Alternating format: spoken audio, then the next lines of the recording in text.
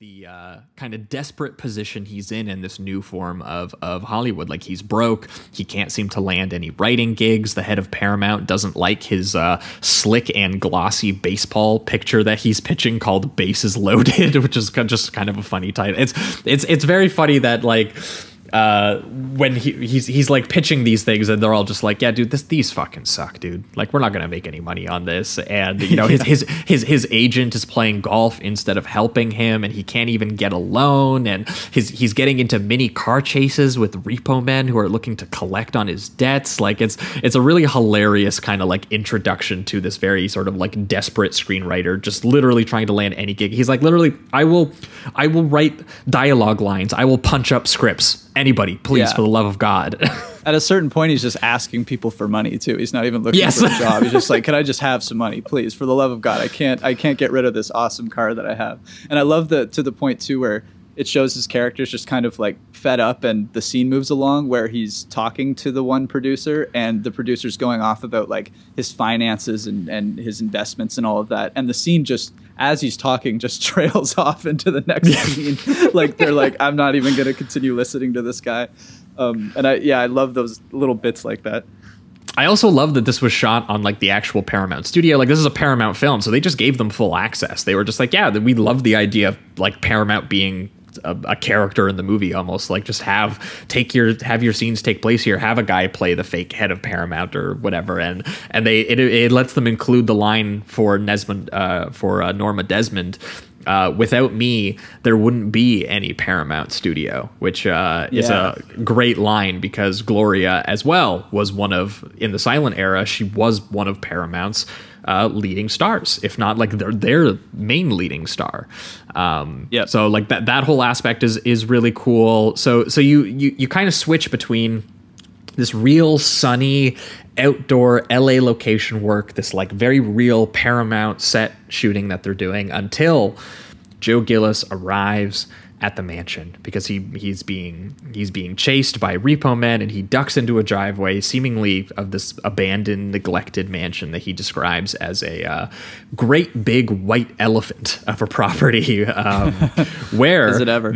The silent era movie star, Madam, once again Norma Desmond, is waiting for him, which actually has this kind of creepy horror movie vibe to it as well, where it's just like, oh, I've been waiting for you, and you're like, I just like ducked in here. What are you talking about? You've just been waiting for me. But it turns out that she thinks he's the man who's been called to prep her pet chimp's funeral. I love his reaction to von Stroheim, the butler, the very devoted butler, who also has kind of a tragic backstory we'll get to. But the von Stroheim comes up to him and he's like, if you need any help with the coffin, call me.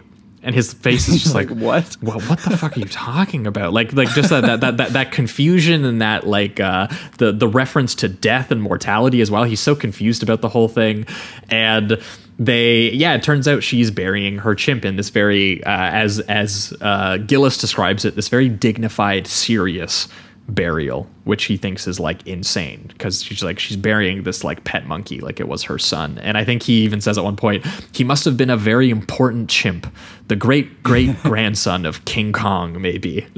yeah I also love once again, it kind of reminds me of something that you'd see in a horror movie, and like but I guess there's a mixture of the black comedy because it ends up being a monkey. But when he walks in, and then the monkey paw just kind of like falls out of the blanket and just kind of hangs there, and then they do this really strange kind of top view close up of the monkey's dead face, and later on he sees Norma all dressed in black for the funeral of the monkey, burying him out in the yard, and she's holding like 3 candles, and it just feels so surreal and kind of horrific and gothic a lot of the time with her, especially in the Well, I wouldn't even say, I guess, just the beginning. It really does just go throughout the entire thing. Anytime you're in the mansion with her, especially. Yeah, I mean, well, her whole mansion is just like a whole nother world, and it is stylistically, and it is in terms of its design, and it's like and traveling really, back in time, essentially. It is, and it's such a great use of it in the story, because you have this guy who's used to being in LA outside, being in LA, 1950s LA, and then all of a sudden he is literally in what feels like a 1920s horror film. practically. Yeah. And you have like the marble and the arches and the satin, like the design of it is like outdated and a little tacky. But then you also have one of my favorite details is the fucking 1920s pipe organ that makes really eerie noises, like through the there's one part where he's literally walking into the house and being shown around, and it's just like this weird whistle almost, and she basically, and before you know what it is, like we can hear it, like the vibe is already kind of off. We're like, is this just the score of the film? And then you have Norma acknowledge that it is a diegetic noise, and she goes, oh, that's just the wind in the pipe organ. I should get rid of it one day. It's creepy. Yeah.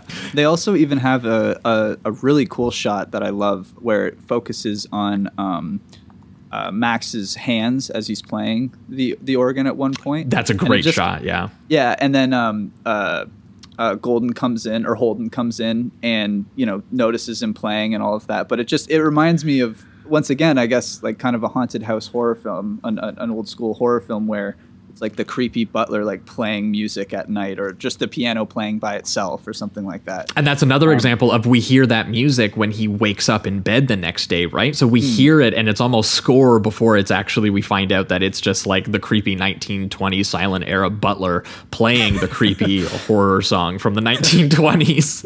Yeah. Or I love the detail too where, and this, we'll get into some more with Norma's character and her kind of psyche, I guess, but where she is suicidal, so they don't have any locks.